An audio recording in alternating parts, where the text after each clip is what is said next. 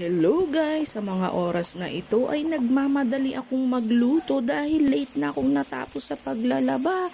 At ito nga naisip kong ipakain sa aking pasyente. Yes guys, may pasyente ako ngayon at si Giovanni ay isinugod namin ng Biyernes ng gabi sa ospital nang dahil sa pagsusuka. At sabi nila mainam daw sa tiyan ng bata ang merong sabaw. May luya, mas mainam nga daw sa pakiramdam to ng may sakit na makahigop silang mainit na sabaw. Muntik pa nga diyang masunog yung ginagawa ko dahil sa pagmamadali.